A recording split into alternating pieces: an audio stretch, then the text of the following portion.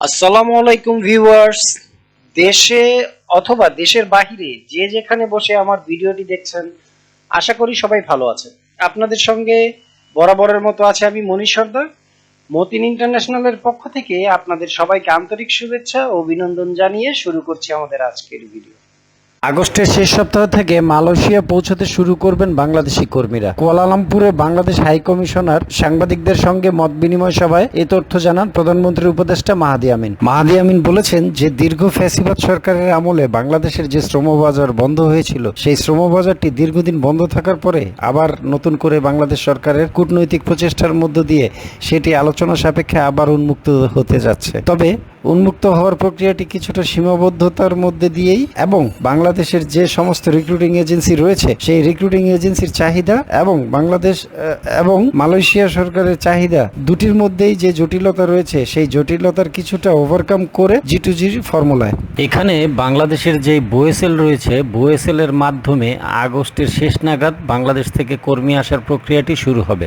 তবে মাহাদি আমিন আরেকটি বিষয় বলেছেন, সেটি হলো যে মালয়েশিয়া এবং বাংলাদেশের টেকনিক্যাল টিমের মাধ্যমে মালয়েশিয়া বাংলাদেশের শ্রমিক আসার ক্ষেত্রে যে জটিলতাগুলো রয়েছে সেই জটিলতাগুলো পর্যালোচনা করে স্বাভাবিক প্রক্রিয়ার মাধ্যমে এখানে যত রকম সমস্যা রয়েছে সমস্যার সমাধান করে বাংলাদেশি কর্মীদের যে স্বার্থ সংশ্লিষ্ট বিষয়গুলো রয়েছে এবং এই বিষয়গুলোর প্রতি গুরুত্ব দিয়ে তিনি কিন্তু মালয়েশিয়ায় যাতে বাংলাদেশি কর্মীরা আসে কোনো প্রকার প্রতারণা, সিন্ডিকেট অথবা জটিলতার শিকার না হয় সেই বিষয়টির প্রতি গুরুত্ব দিচ্ছে বাংলাদেশ সরকার।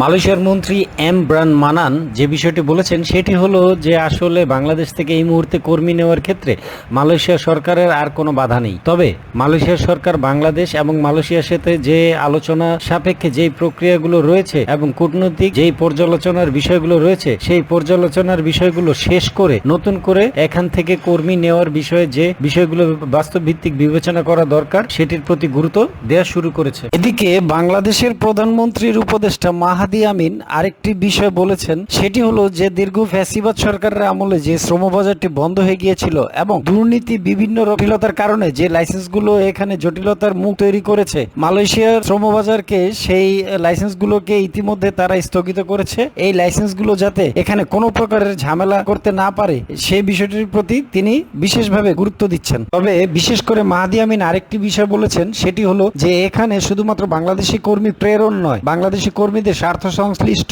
বিষয়গুলোকে এখানে বিস্তর এবং গুরুত্ব সহকারে দেখা হচ্ছে। হ্যাঁ বন্ধুরা, বর্তমানে আপনারা যে ভিডিওটি দেখতে পাচ্ছেন এখান থেকে কিন্তু বিস্তারিত বিষয়গুলো সম্পর্কে আপনারা ধারণা পেয়েছেন বা বুঝতে পারছেন। মালয়েশিয়ার কলিং ভিসার বাজারের মূলত সর্বশেষ আপডেট কিন্তু এটাই। আগস্টের শেষ সপ্তাহ থেকে মালয়েশিয়া থেকে মূলত কর্মী নতুন করে নেওয়ার যে প্রক্রিয়াটা, বিশেষ করে গত কলিং এর কর্মীগুলো তাদেরগুলা কিন্তু স্টার্ট হচ্ছে এবং এর পাশাপাশি নতুন করে বাংলাদেশ থেকে যারা যেতে চাচ্ছেন তাদের জন্য কিন্তু সুখবর খুব শীঘ্রই আসছে। মালয়েশিয়ার কলিং ভিসার যে মেডিকেলটা সেটা কিন্তু খুব শীঘ্রই চালু হতে যাচ্ছে, এতে কোনো সন্দেহ নেই। বাংলাদেশ থেকে আপনারা যারা মালয়েশিয়াতে ঢুকতে যাচ্ছেন অবশ্যই এবছরে কিন্তু আপনাদের সেই সুযোগটা দেওয়া হবে এবং পুনরায় কিন্তু বাংলাদেশ থেকে কলিং ভিসাতে যাওয়ার যে প্রক্রিয়াটা সেটা কিন্তু আবারও চালু হচ্ছে বাংলাদেশিদের জন্য। তো এখন কথা হচ্ছে, আপনারা যারা বাংলাদেশ থেকে মালয়েশিয়াতে ঢুকতে চাচ্ছেন প্রথমত আপনারা বোয়েসেল এর সাথে যোগাযোগ করুন। বোয়েসেলে গেলে সেখান থেকে সঠিক তথ্য নিউজ আপনারা সেখান থেকে পেয়ে যাবেন। তো কথা হচ্ছে, বাংলাদেশ থেকে যারা